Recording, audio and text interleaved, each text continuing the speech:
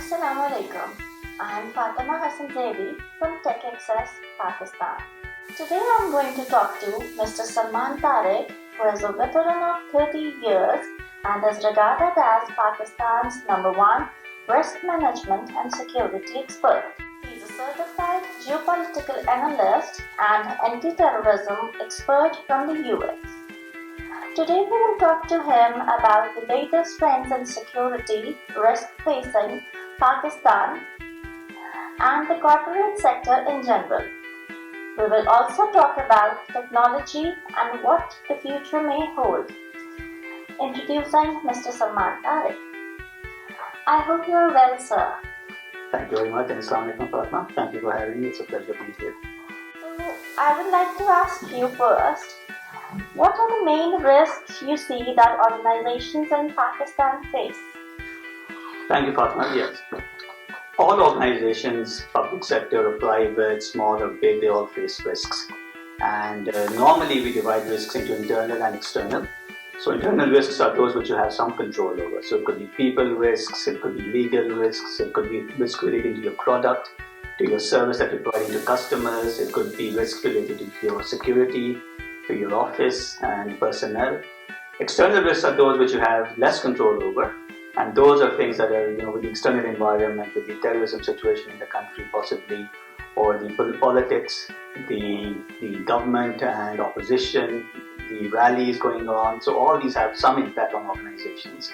Mobility is an issue. So you would have seen in the recent rallies where the GT road was closed for a few days, it's created quite a lot of havoc in those towns. Supplies are not going, people are not getting groceries even, fuel is short.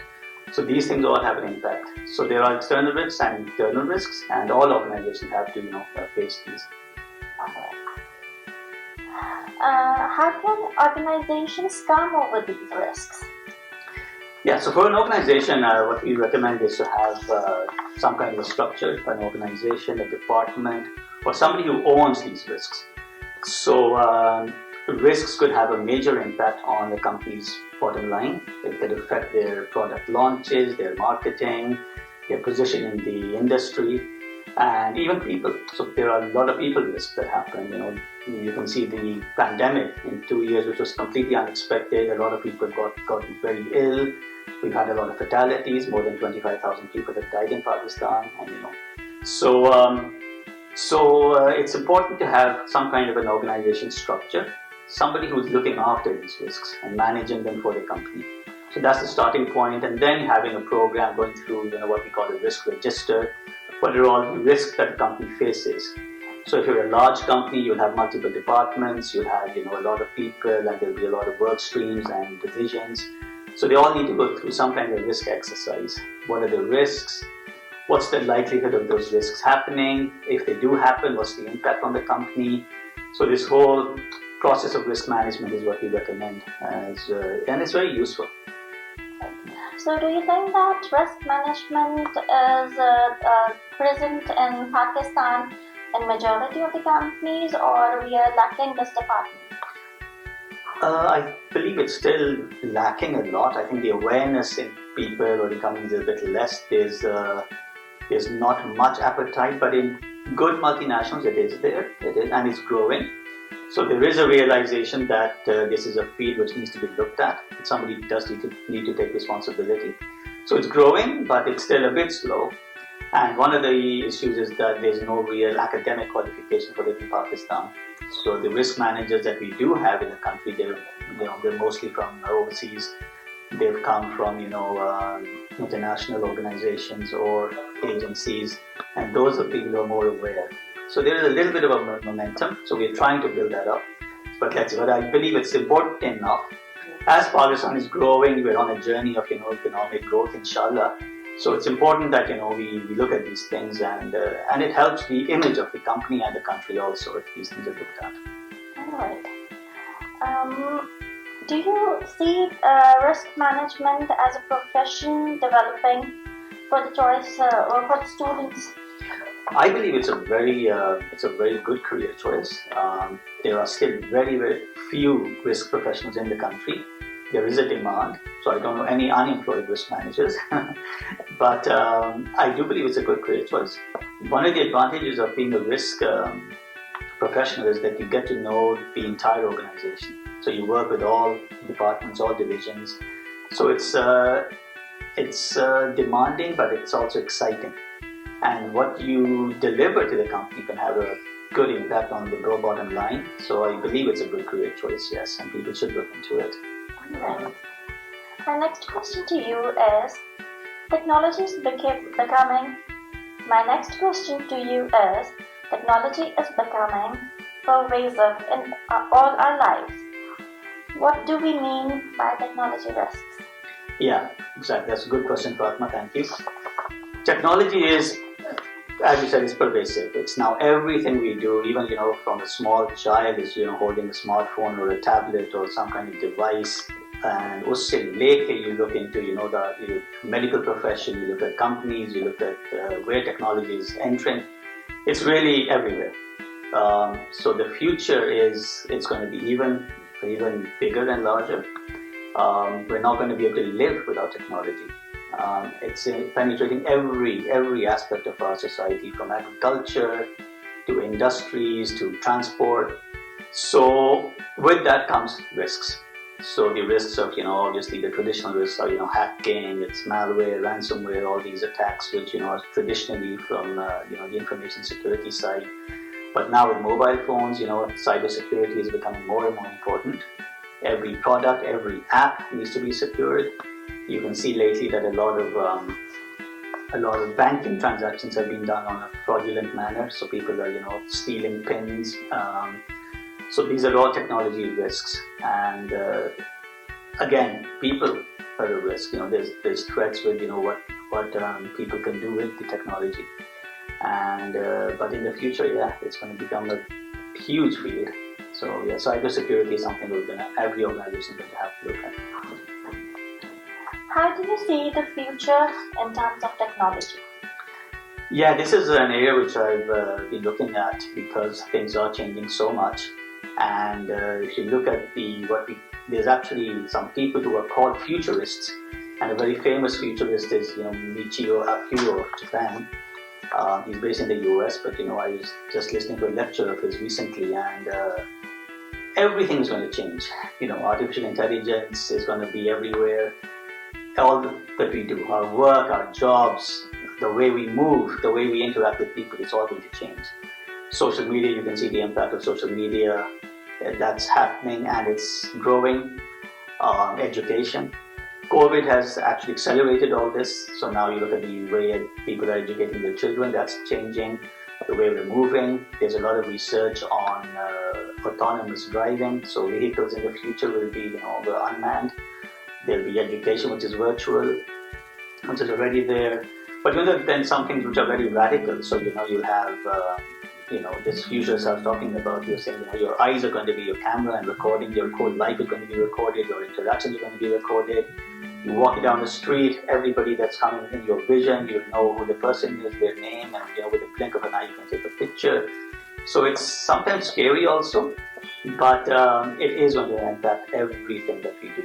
So transport, agriculture, you can see it. Some good things in Pakistan are happening also. So we talk about that also. Alright.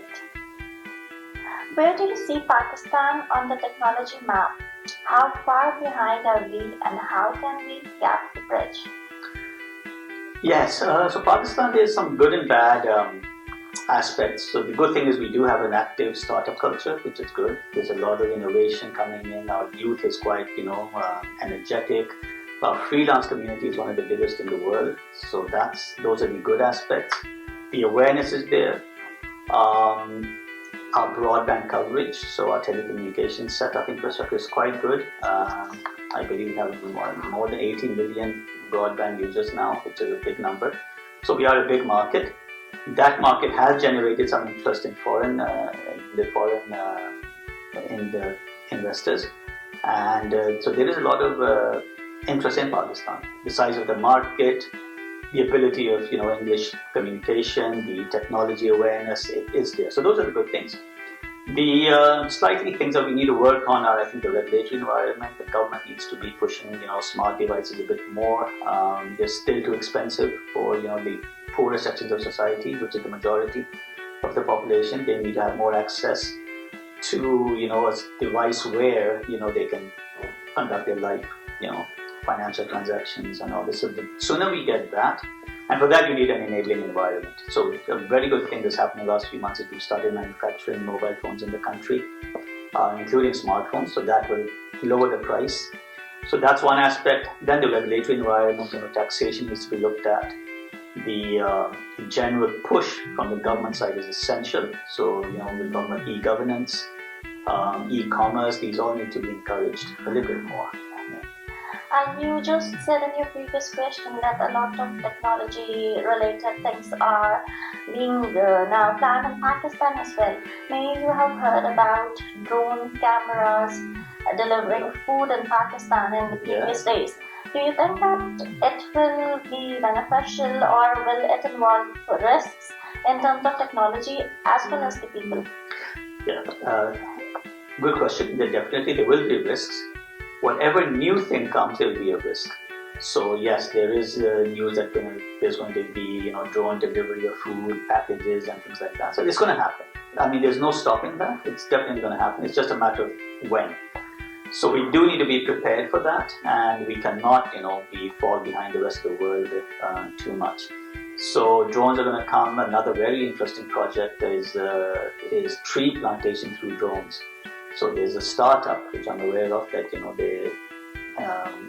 they're planting trees. They're shooting basically tree seedlings from drones.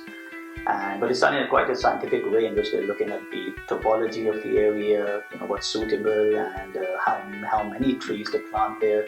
And it's all automated, so they're drone and they program it, and they're literally shooting trees into a hill, for example. So that's very exciting. So that will speed up our tree plantation campaign by huge numbers. So that's something very exciting. We're looking at these things going on in the aviation sector, in the transport sector a lot. But risks are going to be there. So unmanned vehicles, both in transport, you're looking at flying cars also. The technology is out there. It's out there. So there are, it's just a matter of when it gets scaled up. Alright.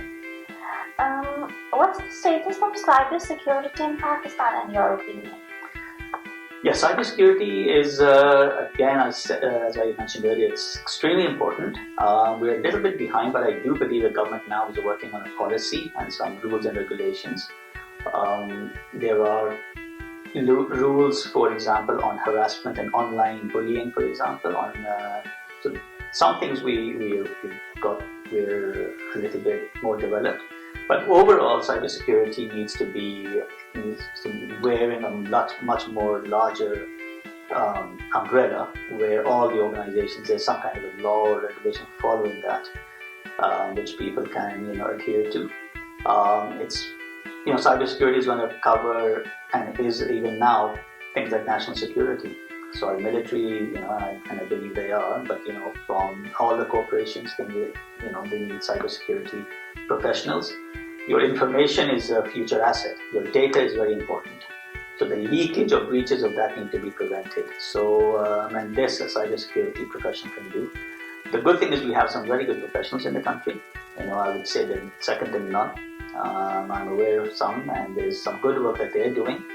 But I'm afraid that it's a little bit more reactive rather than proactive. So we need to be a little bit more active on this, and it needs to be pushed and encouraged by not only the corporate sector but by the government also. Right. Okay, so my last question to you is, would you like to share your opinion about Techaccess Pakistan and its role? Yeah, definitely. So I was very impressed by your website and what the work that you're doing. It's certainly an area which looks at the future. It can be a partner to the public and private sector. Your products are good. Business solutions that are going to be providing the digital spectrum are going to play a bigger role. And definitely all the best to company. All the best to Techaccess and what you're planning on doing. Okay. And thank you so much for coming and giving us your time. Thank you very much for having me. Thank you.